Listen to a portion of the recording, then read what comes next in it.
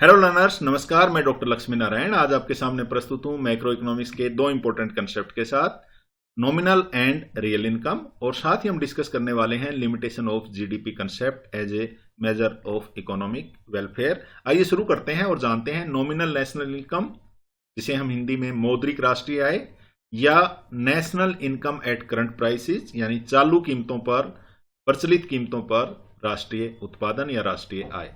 हम सबको पता है कि किसी देश की राष्ट्रीय आय बराबर होती है सिग्मा पी इंटू जी। सिग्मा पी इंटू जी, यहाँ पे पी से हमारा मतलब है प्राइसेस और जी है हमारा amount of good and services. अगर किसी कंट्री में उत्पादित अंतिम वस्तुओं और सेवाओं के मूल्य को उनकी कीमत से हम मल्टीप्लाई करते हैं तो हमें उस कंट्री का जो नेशनल प्रोडक्ट है वो प्राप्त होता है। तो ये राष्ट्रीय उत्पाद प्राप्त होता है या राष्ट्रीय आय प्राप्त होती है। तो किसी कंट्री की राष्ट्रीय आय क्या है? जब उसके amount of good and services को हम करंट प्राइसेस से, जो करंट प्राइसेस से हमारा मतलब है प्रचलित बाजार कीमत जो है, उससे अगर हम मल्टीप्लाई करते हैं तो हमें जो प्राप्त होता है वो चालू कीमतों पर राष्ट्रीय आय प्राप्त होती है, जिसको हम नॉमिनल नेशनल इनकम या मौद्रिक राष्ट्रीय आय कहते हैं। अब क्वेश्चन अराइज होता है कि क्या कीमतें स्थिर रहती हैं? अभी हमने कहा कि किसी कंट्री का जो राष्ट्रीय उत्पाद है एनवाई वो बराबर होगा पी इंटू जी। अब क्या ये P जो है ये स्टेबल रहता है या चेंज होता रहता है?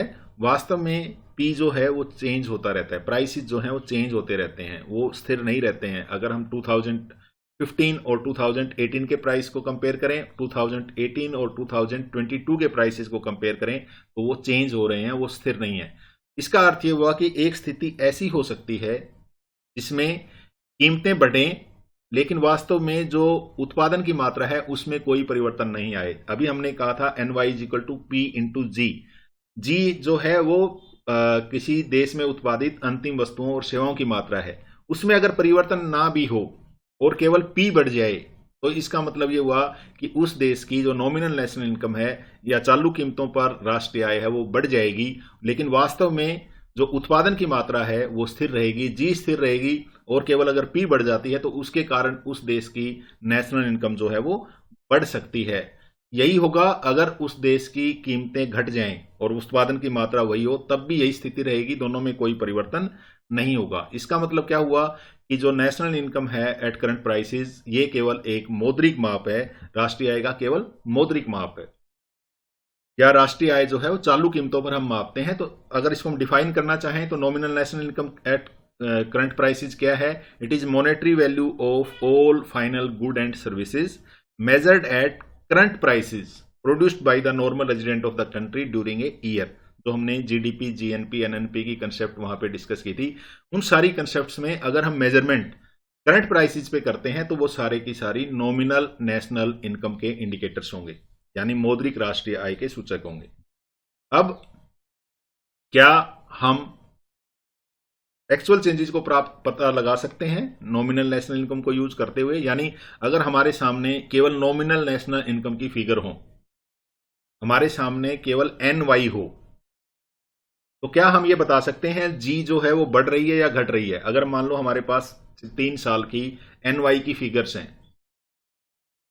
पी और जी की अलग अलग फिगर अगर हमारे पास नहीं है, केवल हम एन वाई को लेते हैं, नॉमिनल नेशनल इनकम को लेते हैं, तो उस कंडीशन में जो एक्चुअल चेंजेज हैं जी की मात्रा में या नेशनल प्रोडक्ट के जो एक्चुअल चेंजेज हैं उसको क्या हम मेजर कर सकते हैं? आंसर होगा नहीं, हम नहीं कर सकते। क्योंकि हमने अभी अभी देखा कि पी में चेंजेस होने से नॉमिनल नेशनल इनकम बढ़ सकती है, घट सकती है, लेकिन वास्तव में राष्ट्रीय उत्पादन जो है, एक्चुअल जो नेशनल प्रोडक्ट है जी जो है वो बढ़े या नहीं बढ़े।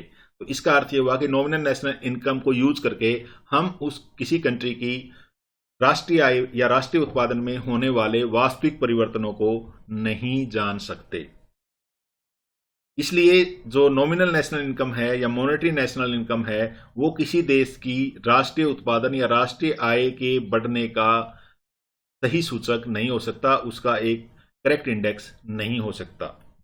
इसको हम एक उदाहरण के द्वारा भी समझ सकते हैं। मान लो कोई कंट्री है जो केवल 3 गुड्स प्रोड्यूस करता है, व्हीट, क्लॉथ एंड शुगर। इस सिंपल एग्जांपल से हम देखने का प्रयास करते हैं कि नॉमिनल नेशनल इनकम की कंसेप्ट किस तरीके से मिसलीडिंग हो सकती है।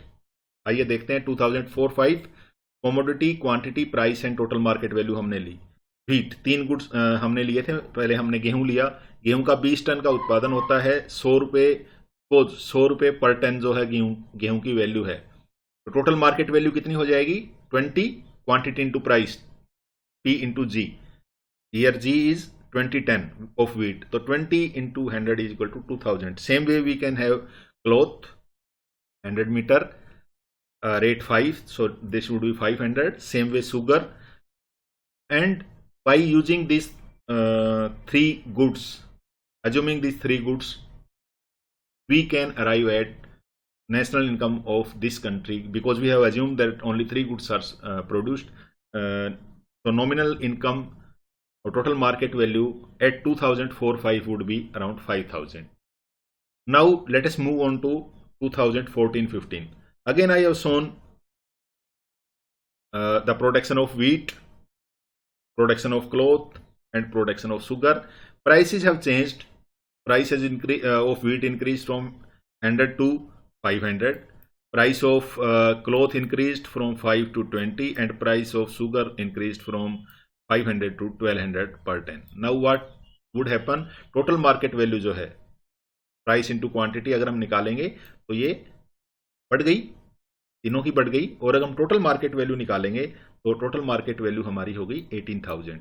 यानी अगर हमारे पास केवल नॉमिनल नेशनल इनकम की फिगर हो तो हम ये कहेंगे कि उस देश की राष्ट्रीय आय जो है 5,000 रुपये से बढ़ के 18,000 रुपये हो गई, यानी लगभग 3.6 टाइम्स इंक्रीज हो गया है, 360% वो बढ़ गई। लेकिन वास्तव में ऐसा नहीं हुआ, क्योंकि हम देख सकते हैं जो वास्तविक उत्पादन जो है उस देश का वो नहीं बढ़ा है, वो वही का वही है। क्वांटिटी अगर आप देखेंगे तो वही की वही है, 20 टन 100 मीटर और 5 टन, और 2014-15 में भी वही है। इसका अर्थ ये हुआ कि किसी देश की राष्ट्रीय जो मौद्रिक राष्ट्रीय आय है वो क्वांटिटी में परिवर्तन हुए बिना भी बढ़ सकती है। और यही हम बताने का प्रयास कर रहे थे कि अगर हम नॉमिनल नेशनल इनकम की फिगर लेते हैं तो हम ये जो हमारी फिगर जो इंक्रीज और डिक्रीज दिखाती है नेशनल इनकम में, वो वास्तव में एक्चुअल प्रोडक्शन की फिगर नहीं है। एक्चुअल प्रोडक्शन स्टेबल रहते हुए भी, जैसा कि हमने अभी पिछले एग्जाम्पल में देखा था, 2004 और 5 और 2014 और 15 के मध्य जो राष्ट्रीय आय है वो काफी बड़ी भी लग रही है, लेकिन वास्तव में राष्ट्रीय उत्पादन है वो स्टेबल है, उसमें कोई परिवर्तन नहीं आए हैं।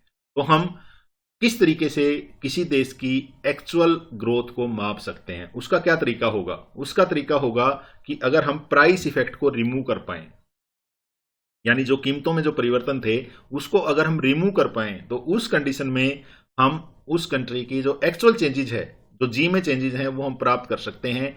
पी के इंपैक्ट को अगर हम निकाल दें, यानी पी को अगर हम किसी तरीके से स्टेबल कर दें, NY is equal to P into G, हमने अभी देखा था। अगर हम P को किसी तरीके से स्टेबल कर दें तो इसका मतलब कि जब G बढ़ेगी तो NY बढ़ेगा, G घटेगी तो NY घटेगा। अगर हमने P को स्टेबल कर दिया तो इसका मतलब कि अगर हमें किसी कंट्री की वास्तविक उत्पादन में बढ़ोतरी या उसमें कमी को देखना है या उसकी ग्रोथ को देखना है, तो हमें प्राइसेस के इफेक्ट को रिमूव करना होगा, यानी प्राइसेस को किसी तरीके से स्टेबल करना होगा। और प्राइस को स्टेबल करने के साथ ही हमारी रियल नेशनल इनकम की कंसेप्ट इंट्रोड्यूस होती है, यानी हम वास्तविक राष्ट्रीय आय को किस तरीके से माप सकते हैं। जैसा कि हमने कहा कि वास्तविक राष्ट्रीय आय को हम जो नॉमिनल इनकम है उसको किसी तरीके से हम चेंज करके रियल इनकम की फिगर्स में चेंज कर दें। तो उसके लिए हमें क्या करना होगा कि मैंने अभी कहा कि पी को हम स्टेबल करेंगे। अब उस पी को कहां स्टेबल करेंगे, कहां उसको कांस्टेंट करेंगे? उसको किसी एक खास ईयर में स्टेबल करना पड़ेगा, जिसको हम बेस ईयर कहते हैं। यानी हम ये मान लेंगे कि कीमतें अगर 2004-5 वाली ही हों, यानी पी को हमने 2004-5 वाला रखना है, केवल जी को चेंज करना है, तो उस कंडीशन में जो राष्ट्रीय आय प्राप्त होगी वो हमारी रियल नेशनल इनकम होगी। तो इसको हम कहते हैं national income at constant prices, यानी स्थिर कीमतों पर राष्ट्रीय आय, जिसको हम रियल नेशनल इनकम भी कहते हैं। रियल नेशनल इनकम केवल तभी बढ़ेगी जब अर्थव्यवस्था में वास्तव में production of good and services में चेंजेज आएंगे। यानी रियल इनकम जो है वो तभी बढ़ेगी अगर वास्तव में उत्पादन की मात्रा बढ़ेगी, तभी बढ़ेगी, क्योंकि हमने पी को स्टेबल कर दिया है। अगर एनवाई को अगर बढ़ना है तो जी को बढ़ना होगा, जी बढ़ेगी तभी एनवाई बढ़ेगा। तो national income at constant prices, जिसको हम स्थिर कीमतों पर राष्ट्रीय आय भी कह सकते हैं। आइए अब उस एग्जाम्पल को हम दोबारा देखते हैं। देखिए इस एग्जाम्पल को 2004-5 मैं थोड़ा सा जल्दी फॉरवर्ड कर देता हूं। व्हीट है, क्लॉथ है, शुगर है। This is same example, nothing changed from the previous example that we have used for explaining market value of national product or national income at nominal prices, market prices। अब यहाँ पे 2014-15 में हम move करते हैं। यहाँ देखना क्वांटिटी जो है, हमारे प्राइसेस को हम स्टेबल रखेंगे, हम क्वांटिटी को इंक्रीज कर रहे हैं। तो यहाँ पे क्या होगा, टोटल मार्केट वैल्यू जो है हमारी बढ़ गई 5,000 से बढ़ के 11,500 हो गई। लेकिन एक चीज ध्यान रखनी है, यहाँ पे जो हमारे प्राइसेस हैं वो चेंज नहीं हुए, प्राइसेस को हमने स्टेबल रखा है, वही के वही हैं। 2004-5 में जो प्राइसेस थे वही प्राइसेस हमारे 2014-15 में हैं, दोनों में कोई परिवर्तन नहीं आया है। यानी अगर हम प्राइस को स्टेबल रखेंगे तो जो नेशनल इनकम का इंक्रीज हुआ वो किसके कारण हुआ, क्योंकि गेहूं का उत्पादन 20 टन से बढ़ के 30 टन हो गया, क्लॉथ का उत्पादन 100 मीटर से बढ़ के 200 मीटर हो गया, शुगर का उत्पादन 5 टन से बढ़ के 15 टन हो गया। इसके फलस्वरूप राष्ट्रीय आय बढ़ी। तो ये हमारी वास्तविक राष्ट्रीय आय में बढ़ोतरी है। वास्तविक राष्ट्रीय आय में बढ़ोतरी का अर्थ है कि वास्तव में वस्तुओं का उत्पादन जो है वो बढ़े, अंतिम वस्तुओं और सेवाओं के उत्पादन की मात्रा अगर वास्तव में बढ़े तो वो हमारा वास्तविक राष्ट्रीय आय होगी। तो इस आधार पर हम कह सकते हैं कि जो अगर हमने 2004-5 वाले प्राइसेस रखे तो उस कंडीशन में जो हमारी नेशनल इनकम है वो लगभग 230% के आसपास बढ़ गई। और ये प्राइसेस के चेंजेस के कारण नहीं बढ़ी, ये वास्तव में उत्पादन में होने वाली वृद्धि के कारण बढ़ी। यानी जी में जो बढ़ोतरी हुई, अंतिम वस्तुओं और सेवाओं की मात्रा में जो बढ़ोतरी हुई, उसके कारण हमारी राष्ट्रीय आय जो बढ़ी तो वो हमारी रियल इनकम होगी। तो रियल इनकम को आप परिभाषित कर सकते हैं, रियल इनकम या national income at constant prices क्या है।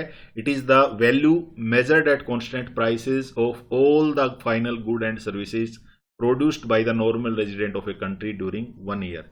किसी देश के नागरिकों के द्वारा किसी देश में उत्पादित अंतिम वस्तुओं और सेवाओं को अगर हम स्थिर कीमतों पर मापते हैं तो उसको हम रियल नेशनल इनकम कहते हैं।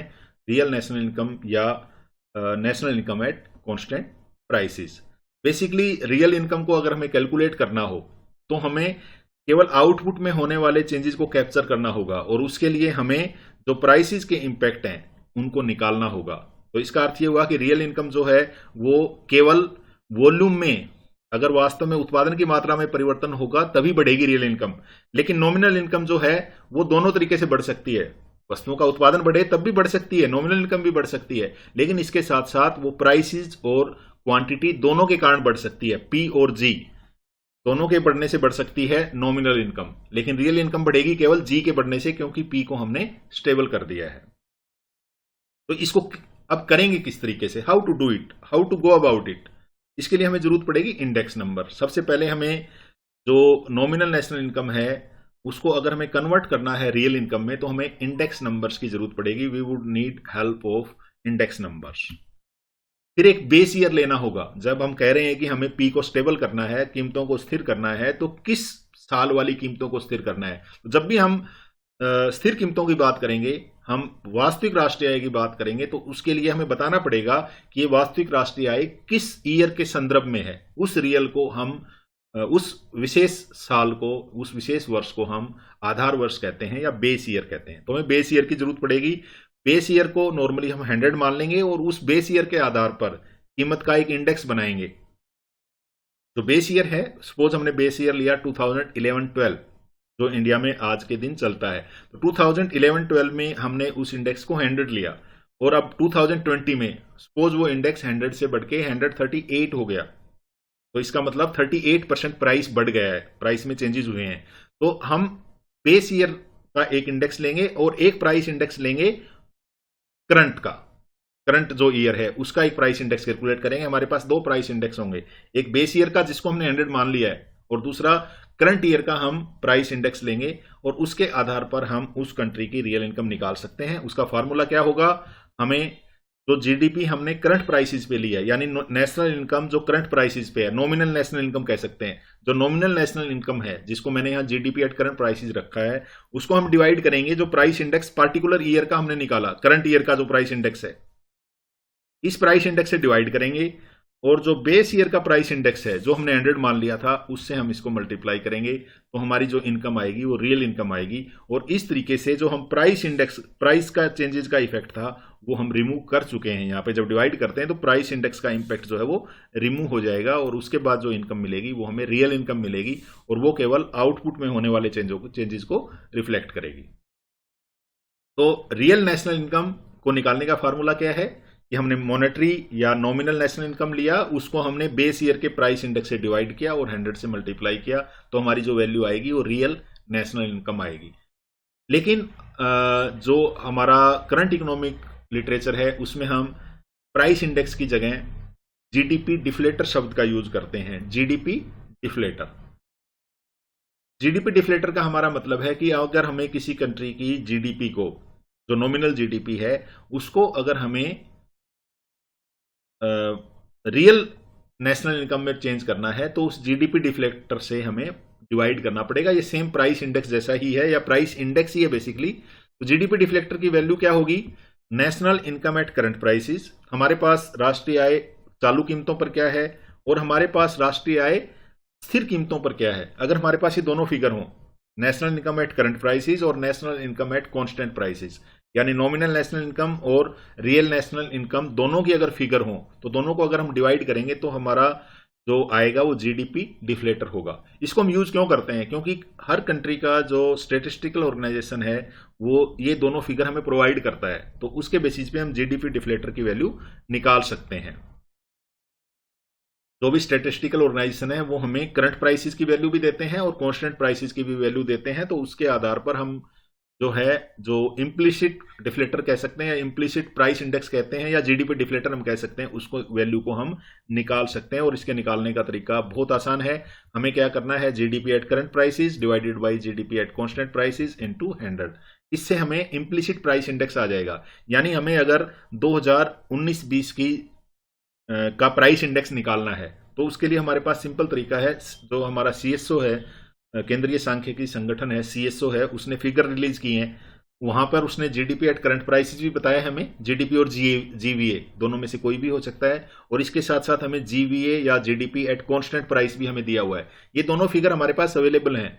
हमें कुछ नहीं करना, जो करंट प्राइसेस की फिगर है उसको कांस्टेंट प्राइसेस की फिगर से डिवाइड करेंगे और 100 से मल्टीप्लाई करेंगे, तो ये हमारा इम्प्लिसिट प्राइस इंडेक्स आ जाएगा, या इम्प्लिसिट प्राइस डिफ्लेटर आ जाएगा, या इम्प्लिसिट डिफ्लेटर आ जाएगा, जिसको हम यूज कर सकते हैं।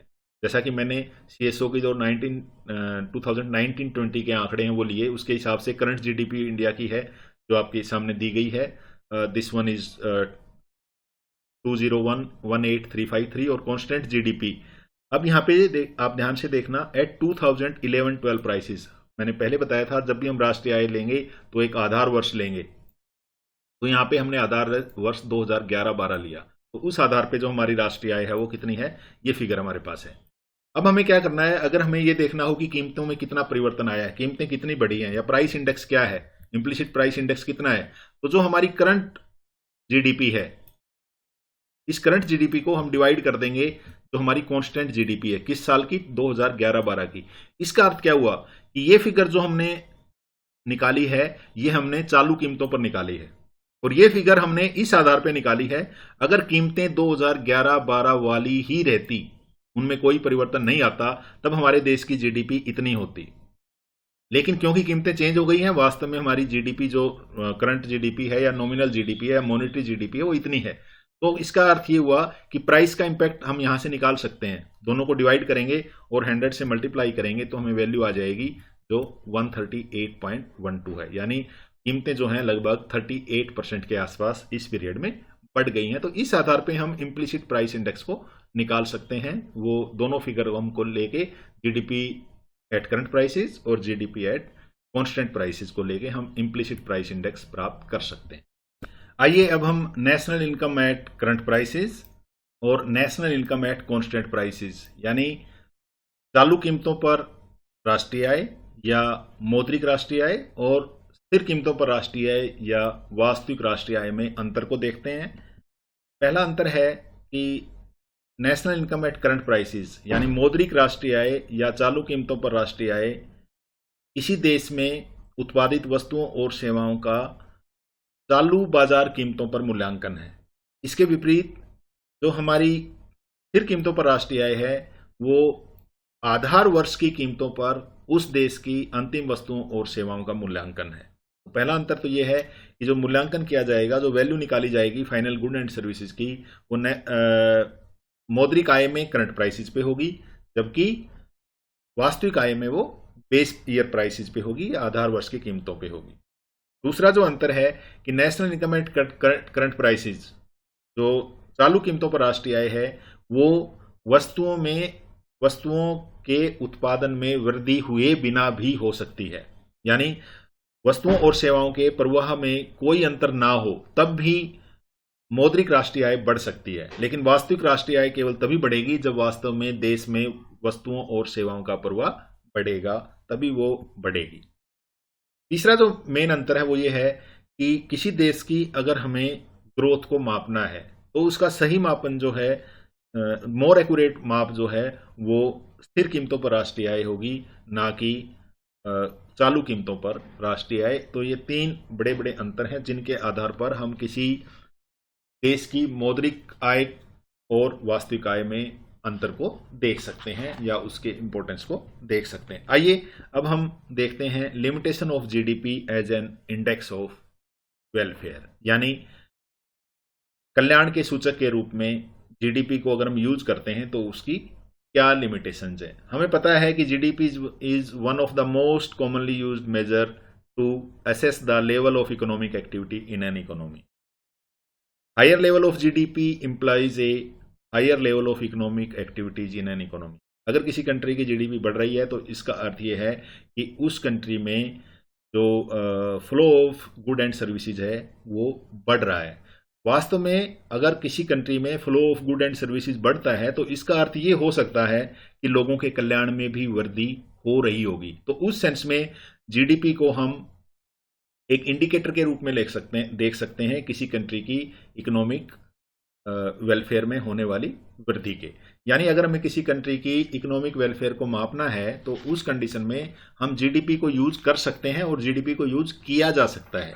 जो हमारा टॉपिक हम डिस्कस करने वाले हैं यहाँ पे वो ये है कि इस इंडेक्स को अगर हम जीडीपी को अगर हम इंडेक्स ऑफ वेलफेयर के रूप में लेते हैं तो उसकी क्या कमियां हैं, उसकी सीमितताएं क्या हैं, उनको हम डिस्कस करेंगे। तो पहली जो सीमितता है वो है अंडरग्राउंड इकोनॉमी, जिसको हम ब्लैक इकोनॉमी भी कहते हैं। वास्तव में जो उत्पादक हैं वो टैक्स को बचाने के लिए उनकी जो मूल्यवृद्धि होती है यानी जो वैल्यू जनरेट होती है उसको वो हाइड करते हैं, जिसको हम ब्लैक इकोनॉमी या अंडरग्राउंड इकोनॉमी कहते हैं, और वो जीडीपी में रिकॉर्ड नहीं होती, लेकिन वास्तव में वो वैल्यू एडिड होती है। तो इसका मतलब अंडरग्राउंड इकोनॉमी के कारण जीडीपी जिस इकोनॉमिक एक्टिविटी का माप करती है वो कम होगा, वास्तव में इकोनॉमिक एक्टिविटी ज्यादा हो रही होंगी या वैल्यू एडिशन जो है वो ज्यादा हो रहा होगा जितना जीडीपी की कंसेप्ट उसको कैप्चर करती है। दूसरी जो लिमिटेशन है वो ये है कि बहुत सारी नॉन मार्केटेड एक्टिविटीज हैं।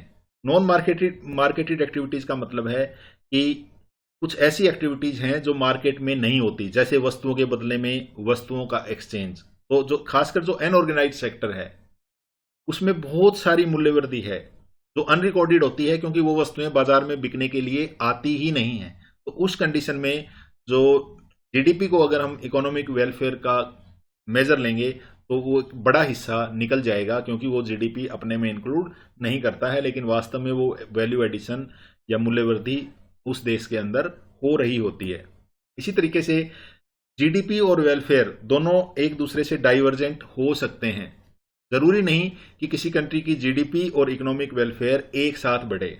उदाहरण के लिए एक डॉक्टर है जो 11 घंटे काम करता है और दिन के 10,000 रुपए कमाता है। अपने वेलफेयर को बढ़ाने के लिए वो 11 घंटे की जगह अब 10 घंटे काम करना चाहता है, तो उसकी इनकम घट जाएगी। अगर कंट्री की जो जीडीपी तो घट जाएगी, लेकिन हम ये नहीं कह सकते कि वेलफेयर भी घटा है। वेलफेयर उसका बढ़ेगा क्योंकि उसका रेस्ट का टाइम बढ़ गया। तो जो divergence between GDP and welfare है वो भी एक लिमिटेशन है GDP as an index of welfare.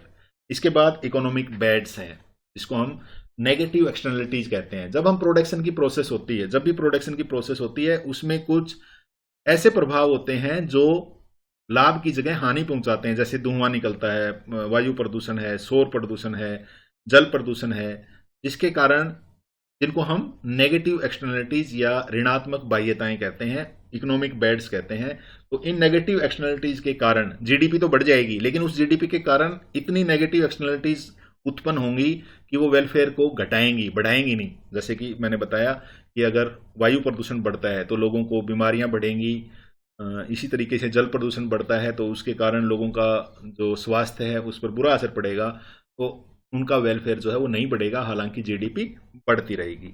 इसके साथ एक और इम्पोर्टेंट जो हमारा लिमिटेशन है वो है composition and distribution of GDP. हम केवल जीडीपी को एज ए वैल्यू लेते हैं। जब हम कहते हैं कि इंडिया की जीडीपी 2.9 ट्रिलियन है, तो वो केवल एक वैल्यू है, लेकिन ये 2.9 ट्रिलियन किन चीजों से मिलकर बनी है और किस तरीके से डिस्ट्रीब्यूटेड है, यानी जीडीपी का कंपोजिशन और जीडीपी का डिस्ट्रीब्यूशन भी अपने आप में इंपॉर्टेंट है। कई बार जो जीडीपी का कंपोजिशन होता है वो वेलफेयर ओरिएंटेड नहीं होता। जैसे कि किसी कंट्री में डिफेंस का प्रोडक्शन बहुत ज्यादा मात्रा में होता है, तो उस कंडीशन में उस कंट्री की जीडीपी तो इंक्रीज होती रहेगी, लेकिन वेलफेयर इंक्रीज नहीं होगा। हालांकि डिफेंस अपने आप में इंपॉर्टेंट है, लेकिन फिर भी लोगों का जो कंजम्पशन है वो नहीं बढ़ेगा, यानी कंपोजिशन ऑफ जीडीपी जो है वो ग्रोथ ओरिएंटेड नहीं होगा। इसी तरीके से जीडीपी का डिस्ट्रीब्यूशन, अगर वो स्क्यूड इनकम डिस्ट्रीब्यूशन है, देश में अमीर लोगों के पास ज्यादा जीडीपी का हिस्सा है, गरीब लोगों के पास कम है, तो जीडीपी इंक्रीज होने के बावजूद अगर वो जीडीपी इंक्रीज धनी वर्ग को जा रहा है, जीडीपी में जो बढ़ोतरी है उसका फायदा धनी वर्ग को हो रहा है, तो जो इकोनॉमिक वेलफेयर है वो नहीं बढ़ेगा। तो ये लिमिटेशन है जीडीपी की as an index of welfare. तो ये था हमारा आज का वीडियो लेक्चर। इसके आधारित हम कुछ इंपॉर्टेंट क्वेश्चन देखते हैं। पहला क्वेश्चन हो सकता है राष्ट्रीय उत्पादन कांस्टेंट प्राइसेस पे और करंट प्राइसेस पे, दोनों में आपको अंतर करना है। 3 अंतर हमने डिस्कस किए थे। नेक्स्ट क्वेश्चन हो सकता है कि हमें स्थिर कीमतों पर राष्ट्रीय आय की गणना क्यों करनी चाहिए, और भारत में नेशनल एग्रीगेट को एस्टिमेट करने के लिए जो वर्तमान बेस ईयर है वो क्या है। मैंने आपको बताया था 2011-12 हमारा बेस ईयर है, जिसके आधार पर आज के दिन हम रियल इनकम के आंकड़े लेते हैं, जितने भी एग्रीगेट्स हैं रियल इनकम के। एक और इंपॉर्टेंट क्वेश्चन हो सकता है what is the limitation of GDP concept as a measure of welfare. अभी हमने डिस्कस किया था, इसमें हमने कुछ अंडर वैल्यू ऑफ जीडीपी के कारण बताए थे, अंडरग्राउंड इकोनॉमीज, वो डिस्कस किया था, वो आप इसको आंसर कर सकते हैं। नेक्स्ट हो सकता है what are the factor which causes divergence between changes in GDP and changes in welfare. Basically जो पॉइंट हमने डिस्कस किए थे वही फैक्टर यहाँ पे होंगे। इस जो क्वेश्चन 3 है और क्वेश्चन 4 है, इनका आंसर लगभग एक जैसा होगा, थोड़ा सा क्वेश्चन का फ्रेमिंग हमने अलग तरीके से किया है। आइए अब कुछ मल्टीपल चॉइस क्वेश्चन देखते हैं। Which statement is public are correct for nominal GDP. Nominal GDP के लिए कुछ स्टेटमेंट दिए गए हैं, उनमें से कौन सा सही है। आपके सामने स्टेटमेंट 1, स्टेटमेंट 2 और स्टेटमेंट 3 है। अब आपको इसके आधार पर बताना है कि क्या ऑप्शन 2 और 3 सही हैं। नॉमिनल जीडीपी बेस प्राइस पे नहीं होती, accurate picture of economy nominal GDP नहीं, तो इसका मतलब ये दोनों तो गलत हैं, ये सही नहीं है। तो 2 भी सही नहीं है, अभी हमने बताया। ओनली एक, nominal GDP is calculated based on current prices, तो this one is right, answer C is correct. चलिए दूसरा एमसीक्यू देखते हैं। जीडीपी डिफ्लेटर की वैल्यू क्या है। What is the value of GDP deflator. ये कुछ वैल्यूज इसमें दी हुई हैं। आपका ऑप्शन ए है, ऑप्शन बी है, ऑप्शन सी है और ऑप्शन डी है। तो इसका जो हमारा करेक्ट आंसर होगा वो क्या होगा, वो आंसर ए होगा। It evaluates inflation by utilising present production basket. जो जीडीपी की वैल्यू हमारी करंट प्राइसेस पे है और जो कांस्टेंट प्राइसेस पे है, उससे हमें पता लग जाएगा कि जो प्राइसेस में चेंजेस हैं वो कितने हुए हैं। तो इसका करेक्ट आंसर होगा ए। ये वाली फिगर हमने डिस्कस की थी, ये फार्मूला हमने डिस्कस किया था। जीडीपी डिफ्लेटर किसके बराबर था? National income at current prices और national income at constant prices. GDP at current price और जीडीपी एट कांस्टेंट प्राइस, इससे हमें निकला था प्राइस इंडेक्स निकाला था। तो इसका मतलब वो इन्फ्लेशन को इवेल्युएट करेगा। तो correct answer would B A. Real GDP is obtained by, real GDP हम कैसे निकालेंगे? Nominal GDP divided by GDP deflator, nominal GDP minus GDP deflator, nominal GDP divided by CPI, normal GDP multiplied by price level. ये हमने अभी अभी देखा था, उसी से आ जाएगा। Answer A would be the correct answer, क्योंकि अगर आपको रियल जीडीपी निकालनी है, real GDP is this one is real GDP, national income at constant prices, इसको हम यहां लाएंगे और इसको हम यहां ले जाएंगे। तो क्या आएगा correct answer? Nominal GDP divided by GDP deflator. Correct answer would be answer A.